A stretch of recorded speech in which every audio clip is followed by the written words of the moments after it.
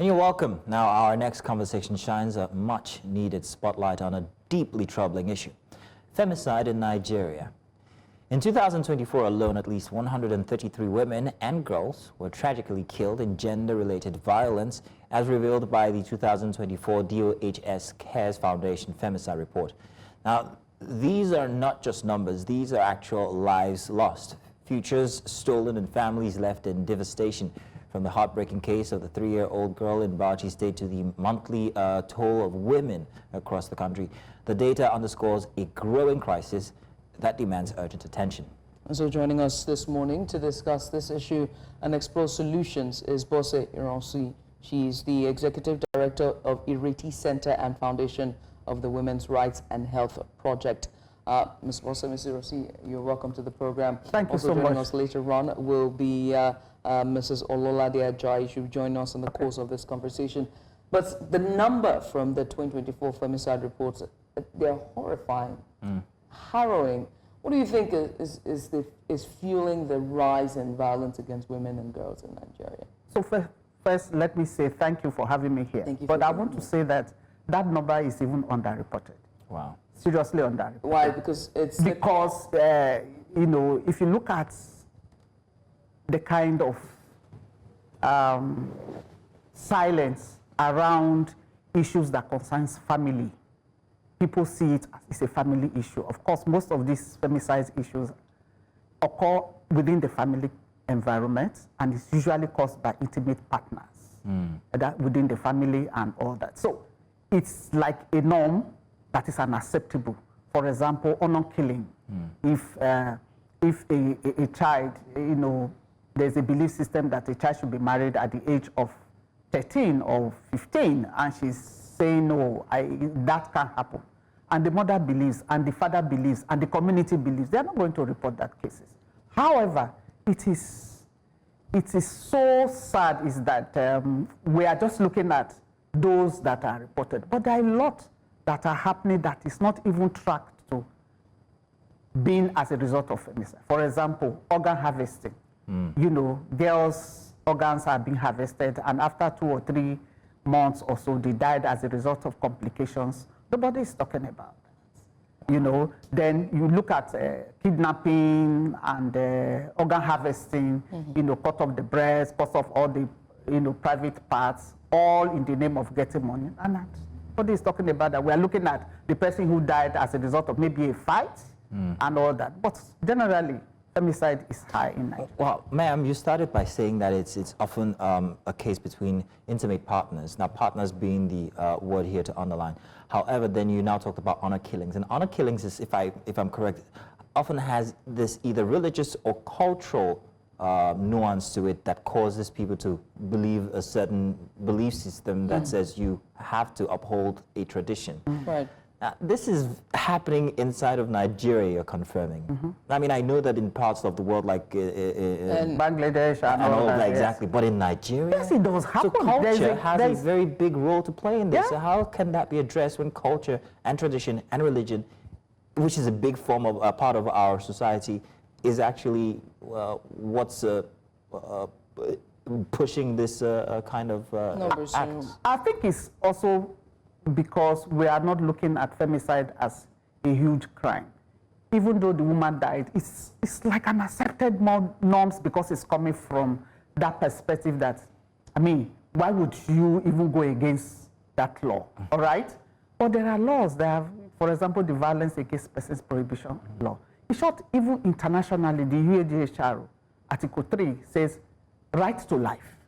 So those laws are there, but you see, when it comes, like I have mentioned, when it comes to issues of an accepted norm, let's say in a culture where there's a lady, I think it's Fatima or somebody, who actually was killed as a result of her refusing to get married because the parents felt it was her right time to marry. Wow. So some of them, their legs are cut off and they die.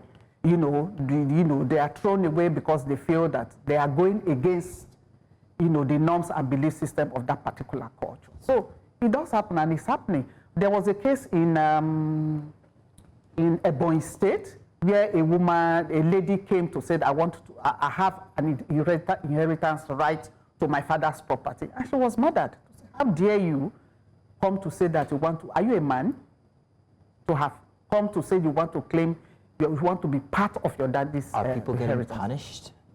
Punished. There's a high level of impunity because it is again seen as, let's say, it's a family issue, you know. So, and then it is not being given the right place because we just look at it as a homicide. I mean, it's two fighting or something that just happened. But if you give it the right perspective, this is an intentional act to kill a woman or a girl child, and it should be dealt with in that. There is no law that is specific about that if a man kills a woman or a family member kills a girl child, whatever reason it is, that person needs to be, you know, to be dealt with. It's not there. It's not going to be a homicide, and probably after so much discussions and all that. Of course, we know what is the legal framework in Nigeria, how it takes God knows when to get justice. I'm really glad we're talking about legal framework because, like you said earlier, many of these cases are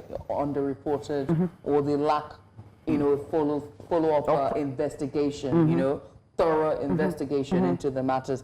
And so one has to talk about, you know, the systemic gaps in our law enforcement and most importantly, our judicial system. In a country like ours that is heavily entrenched in our religious, you know, practices and ways and even our cultural beliefs and systems, sometimes that could also pose a challenge for the law enforcement agencies to step in and really thoroughly investigate the matters, doesn't it?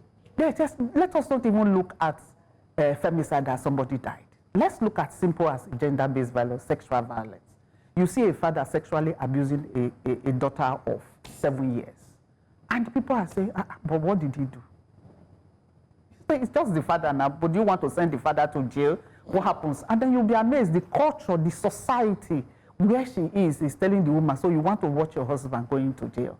So there are very strong, you know, cultural belief system that also infuse and affects the way the legal system plays out. For example, if I had a case recently where a girl was sexually being abused by a stepfather and a stepbrother, and the family came up to say, so you want to send your father and your brother to jail. But nobody is ever talking about the survivor herself. So I think that there is a lot we can do in terms of, you know, navigating this whole process and getting justice. One is to create more awareness. And then the law should actually bite and be outright there, not taking a long time. Because sometimes when you are asking people to come back after about 6 years, you know, 5 years to get justice, they've forgotten that such a thing has happened to them. Right. Then I think we need education. And then we should have a survivor-centered approach in terms of responding to somebody. I ask myself, if such a case happened to somebody, what happens to her mental state? Okay? I'm just talking about sexual violence and all that. What happens to that person as she is going? So that formed my Ireti Resource Center to provide psychosocial support for people who are undergoing that long term of justice, you know, making sure that they still see themselves as human beings, because we still believe that they have a role to play in the development of the society. And then the government should prioritize that. They should put in resources. I'm really glad we're having this conversation because you said something when you were talking, when you were giving the analogy or the scenario of, you know, of stepfathers and stepbrothers and fathers, you know, raping people with familiar ties and just having sexual relationship with you know, their ward or child or other relative. But most importantly is the older women in that instance who protect the men, you know, and the families also step in and they shield the men. And we see this often even in, you know, we see this very often even in social media as well. There's a particular case that's now trending where I saw the video and it was, the person was speaking Yoruba, and unfortunately my Yoruba is very poor, but the comments under was a woman catches her husband, who she's just barely married to in less than 6 months, raping or molesting, let's keep it that, allegedly molesting underage girls under her roof. She calls the mother to explain to the mother that this is what my husband's been doing. She's telling the husband this relationship is going to come to an end. Now, instead of the mother to be outraged, she is begging the lady and saying, please forgive him. You know, and so I would like for us to talk about that, you know, that mindset of the older generation of women, and sometimes it's even younger generation of women, that mindset that we see where women also protect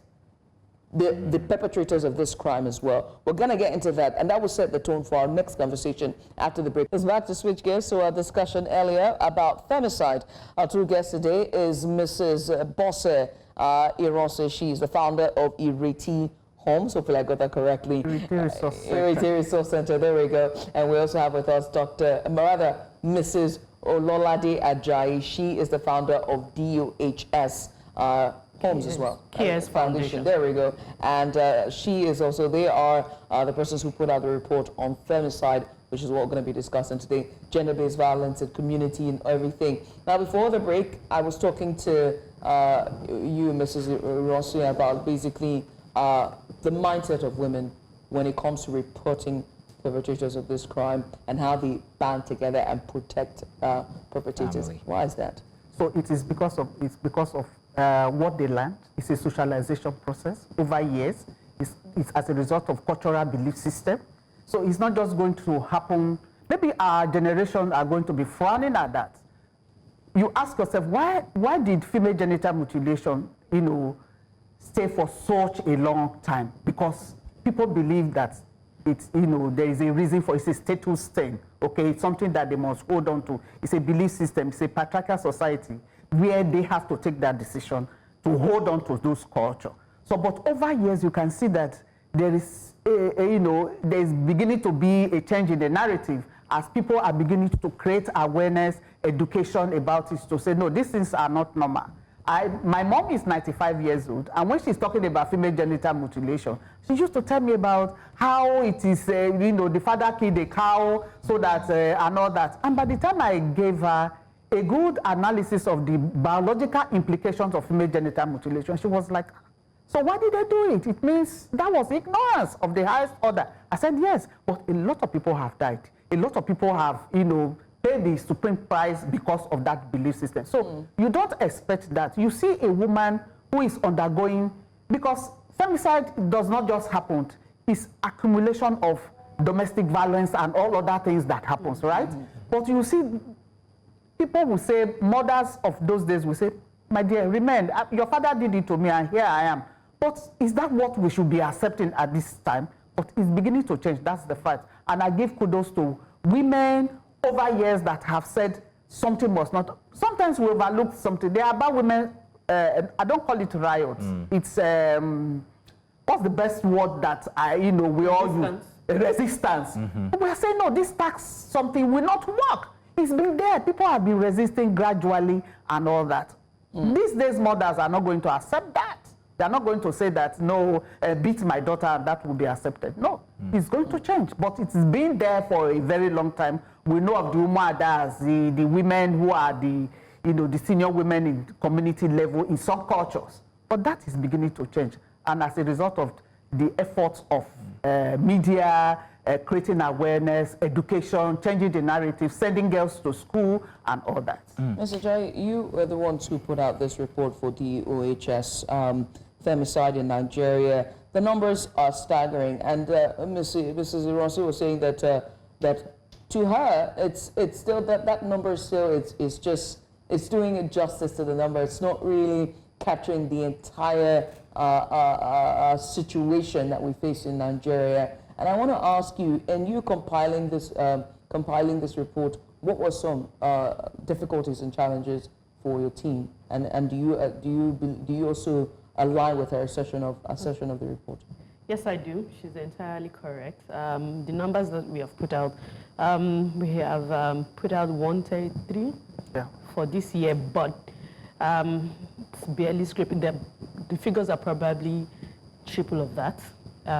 Because like she said, femicide is so normalized in Nigeria, and we do not take it as a public health crisis. We take it as a private affairs, especially when it is between intimate partners.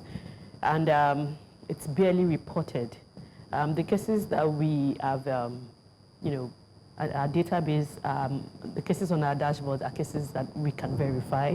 You know, we have the victims of, the details of the victims and the perpetrator, the relationship between the victim perpetrator, the causes. There are some that, you know, we've heard about and they were not reported as such, but, you know, further investigation revealed that there was actually a gender-related motive at that. So the figures are much more higher. Some cases that we have also not put out are cases whereby there's no detail at all, especially about the victim.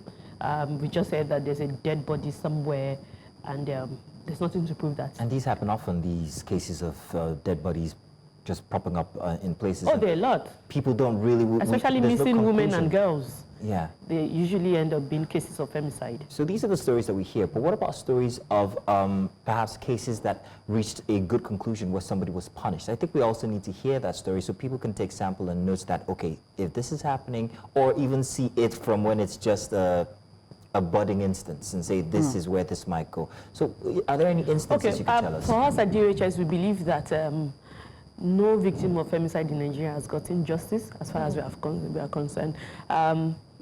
I mean, there have been cases whereby women who were murdered, you know, has gotten to the courts. But we believe that if there's no specific legislation on femicide, there's no justice. If you're not thinking about, if you're not putting into perspective the gender-related motive for that crime. I mean, on Christmas Eve, a woman was killed because of a tuber of yam. Just this Christmas, this last Christmas on the 24th of December, 7 days ago or so. Yes, in Ebonyi State. She was killed. Her husband said he wanted her to make roasted yam. She wanted the same story you were telling me. Yes, the husband wanted it cooked. Yeah, yes, she said she wanted it roasted yam. And he dragged her into the room and beat her till she died. And so, if the root of this is not addressed, and misogyny is at the root of femicide, that's a bias or discrimination against women. If it's not addressed, there's no justice. Right. And the question you asked me earlier, what about the challenges that we face? You know, tracking these cases, we face a lot of challenges, and also for us, as first responder to GBVs, sometimes we're trying to respond to a domestic violence case, and before you know it, they've turned to cases of femicide. We have cases like that, and because of the fact that there's no enough support system for women and girls who are in sexual violence or domestic violence situation. There's no, support in terms of individuals, families, and also the government as well. And also, I like the fact that you talk about punishment for perpetrators. I mean, we have been following up cases that were like, these are cases of femicide. Look at Bamishe's case, popular Bamishe, that died in 2022 in the Ireti bus that was found with her body mutilated and all that. And we've been going to court since 2022. It was still adjourned again in December. And that was why we at the DOHS Cares Foundation, you know, drafted a bill on femicide and submitted it to both the Lagos State House of Assembly and also the National Assembly. Like, this is an epidemic. You have to look into it. What's the response from the authorities? Oh, okay. The Lagos State House of Assembly said there's already a law on domestic violence and murder, and so it covers the crime of femicide. And we said no. It doesn't cover, these laws on murder and domestic violence does not cover the crime of femicide because it doesn't take into cognizance, you know, the root of this. It doesn't take into cognizance the fact that this is expressly male violence against women. This is expressly gender-motivated violence against these women. This is actually...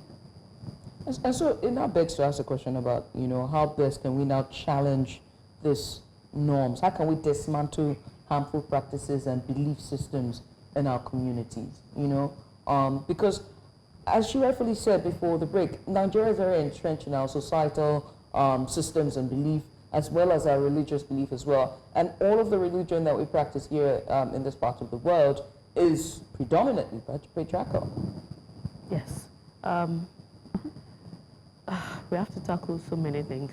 One of it is toxic masculinity. It's you have to say it upward. You have to say it more louder for those in the back. Toxic masculinity. There we go. There is a community of incels, involuntary celibate, especially on social media, on Twitter. Once violence against women is reported, you see them come up and start saying, what about she? Maybe she was even... Give excuses. You know, and once, you know, perpetrators of this crime know that there's a steady support for them, they're going to get away. It emboldens them. Yes. Once there's no punishment, there's no express legislation on femicide, it's going to continue. There's no database, and that's why we said, you know what, we must challenge the fact that, you know, the database on femicide has to be out there. We have to challenge, what we're doing is data activism to say, you know what, this is an epidemic. Will the government continue to look at this and just say, everybody 16 days of activism, we are all marching outside, creating awareness and all that, but we want action. It's not about the talk. We want to see legislation. We want to see support system. We want to see more shelters. We want to see more support for survivors. We want to see adequate punishment, apt punishment for perpetrators of this abuse. So if I may add to that, I think more is the fact that it should be a holistic approach.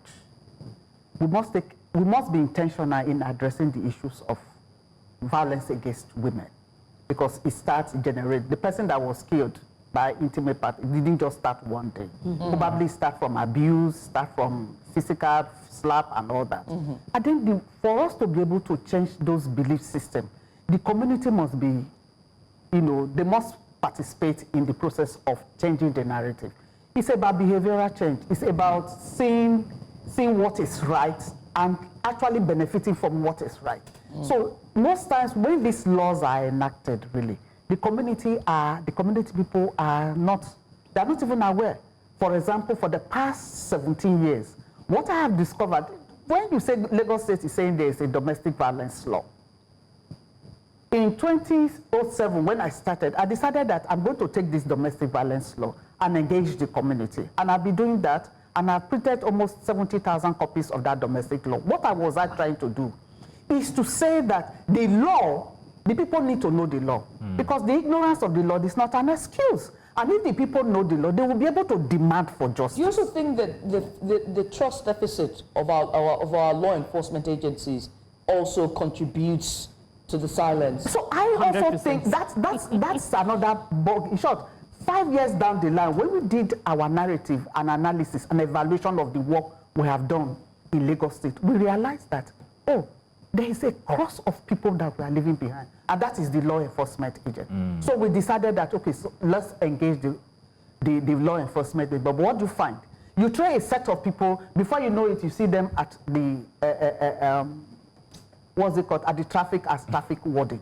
And so you are actually building the capacity of people to know the law, to respond, and other. And I keep saying, people like her, myself, the people that have worked, they work so hard to make sure that, for example, in Lagos State, I think about 26 family support units, domestic violence, family support units, and human rights desk officers. What were they trying to achieve? Is that you cannot be talking about domestic violence and you are also talking about armed robbery in the same place. There should be, you know, a way where if somebody is sexually abused, and it goes straight to the family support units to say, this is the way, this is who I should report to. But what do you find? You still find that when you finish training this set of people, they are either, you know, transferred to another area. They're misapplied. Yes. Okay. So it is government being very intentional to say, for example, the Lagos State Domestic Violence Agency. That's a plus to Lagos State. Now, in that agency, you have the police desk there. That's about this. It can't serve the whole state. Yeah, so we need more. So of when that, you are looking at the interiors, for example, the Badagry, the Ekpes, so who takes care? Exactly. Do you understand? So these are, I think it's about intentionality. It's about also funding. It's about making sure that the community people take ownership of the process of, you know.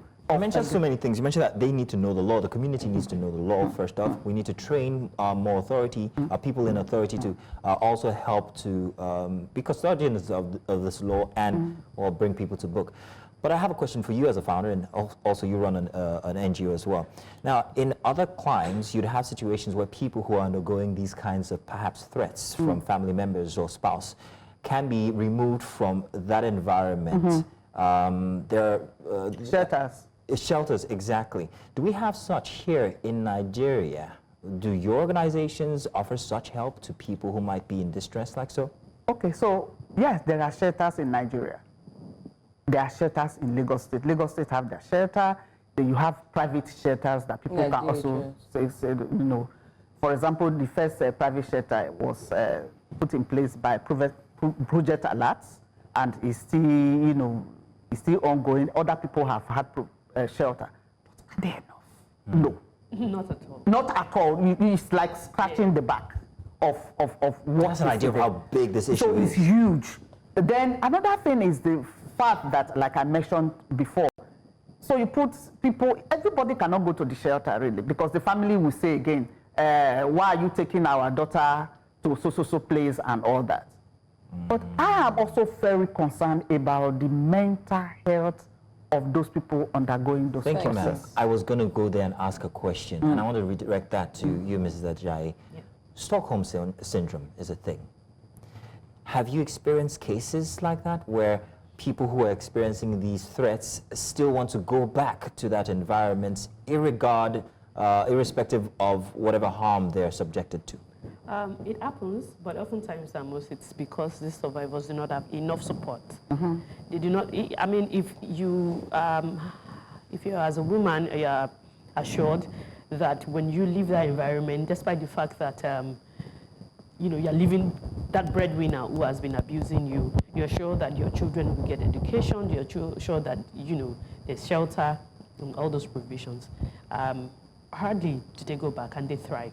But when support is not enough, oftentimes most, because those are their breadwinners, they go back to that and continue to endure the abuse.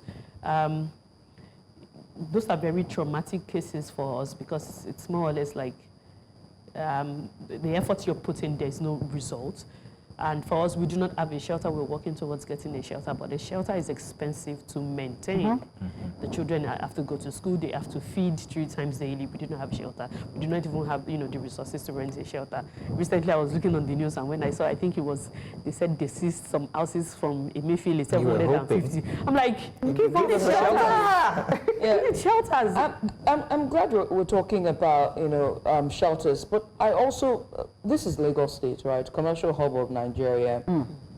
It makes me wonder about the northeastern states. It makes me wonder about the IDP camps. It makes me wonder about the border towns, and also cases in the south. We are lucky and blessed to have the Gender-Based Violence Agency that is spearheaded by Titilayo, the one and only Vivo, who does a fantastic job. But what about these other states, 35 states plus the FCT? I mean, let's remove the FCT now. There's 35 states, and those states, especially northeast, south, hotspots, especially the south and southeast, hotspots for gender-based violence that oftentimes melt down to femicide, particularly gender-based violence towards children. When capturing your report, what was it? What did you find about those states? Okay, thank you. That's a very interesting question. We're also very worried about the northern states. I won't lie. I am sure that the rate of femicide there, we can't even scratch it. Because most of these killings of women and girls are regarded as banditry, terrorism. Meanwhile, then you find out that a woman was kidnapped, and then she refused to be raped, and she was killed. That's a clear case of femicide, because femicide is the intentional killing of a woman or girl because of their gender. Now, it has, you know, a history of either sexual violence or domestic violence, and the fact that the person who killed this woman or girl regarded them as, you know, beneath their issues of gender equality and all that, inequality and all that. We have cases of honor killings in the north as well. We have cases, I mean, when I remember when Rebecca Chatwajay, the Olympian athlete, was burned to death, and you know, there was globally, you know, the news headline was... It was shocking. Everyone was out there, conversations, and even international organizations were speaking about that, even international organizations in Nigeria. I was like, my goodness. Fatima died also in Kano, the same way. She was burned to death by a fiancé, not a fiancé. She dated for 7 days, and she said, will you marry? And he asked her to marry, and she said no. And he burnt her to death. The same week. And because femicide is so normalized there, you know, she didn't make the headline. And there's a lot of that going on. I mean, we heard of Falmata's case. I think this people reported it. Is an example. Human Angle, oh my God. Okay, Human Angle. Human Angle, yeah. Yes, the Falmata that her uncle, killed her, that she disrespected her mother. And the mother said no, she didn't respect her. And he was, he eventually killed her. And the mother was arrested. It's so normalized. And like you said, in the IDP camps, rape and all sorts of crime is so normalized. They are like suffering a double tragedy. Of being displaced, of going through, the challenges of war and dispute and insurgency, and now being resettled in a camp, trying to rebuild their lives, and now still being targeted by men. Your advice to the governments, your advice to agencies, the MDAs, who are tasked with the responsibility of women affairs. I'm going to come to you. Yeah, so before now, I want to say that I'm always being positive. I want a systemic change. And when you are looking at systemic change, I'm looking at laws that can help, even if you are going to get help, people will have the basis with which they want to help, okay? Before now, we didn't even have a sexual assault referral center, for example. Oh. It's just about 6 or 7 years or 10 years ago that we started having sexual assault. For example, Mirabel was the first sexual assault referral center in Nigeria and in West Africa. Yes. And then you ask yourself, where has there been this government and all that? So I'm also saying that now we have almost about 26 or 27 sexual assault referral centers. Then recently you hear, I think it's the governor of Cross Rivers or Akwa Ibom State, they having shelter for survivors of women who are facing. So we are beginning to see that, but it is never enough. So I'm saying we are happy that there is we need more political will. That's the way I would put it. We need more government to be very intentional addressing this specific issue. And until we do that, we need to start looking at, for example, there are reports, there are not enough data. So we need to be making sure that there are data, intentionally gathering this data and using it for programming so that they know that this exists. How did we get violence against persons prohibition law that is in place? And even at that, they said we should have a register, okay, where all these cases, what was the intention? The intention is that if somebody has been accused or been sentenced to say that this person has done that, the person cannot get job anywhere, or you cannot go to a place to say that I'm looking for a place to work, and the person goes into the register and says, is this person something? That's what is happening over there. So I am saying that let's obey the law. The laws are there. Most of the violence, the violence against persons prohibition have been domesticated in about 34 states in the country. But is the law biting? Can it bite? So I think that, for me, is the government. Let them be intentional. Yes, and then let's also build the capacity and strengthen the systems of local, community-based organizations, because they are at the community level. They know what is going on. I know several times I went to the north to go and train,